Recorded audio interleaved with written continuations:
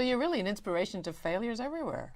Yes, we are. And so we ended up in Burlington right at the time that Bernie was starting his political career, first as mayor of Burlington in the 80s. So let's talk about that. What was his platform in those days, if you can remember, and what difference did his policies make to a small business like yours? Well, so Bernie was running against the entrenched establishment, political machine Democrat incumbent who had been there, and Bernie ran, to everybody's surprise, he won by 10 votes and became mayor. And we're talking 1981, was it? 80, yeah, 81? yeah.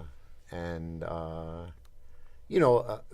probably Ben can tell you better, but one of the early issues there was around development of the waterfront at Lake Champlain, which prior to Bernie coming there, the idea had been that it was going to be sold to developers and they were going to be having high-end condominiums, and the public was essentially going to be shut out. And Bernie kind of came in as mayor and started talking about this idea of public access that, nobody in Burlington had ever heard of before, but essentially what he was saying was that the waterfront of Burlington belongs to all the people of Burlington, and we shouldn't allow it to become privatized and sold to these developers. And he ended up fighting the developers all the way to the top court in the state, and he won.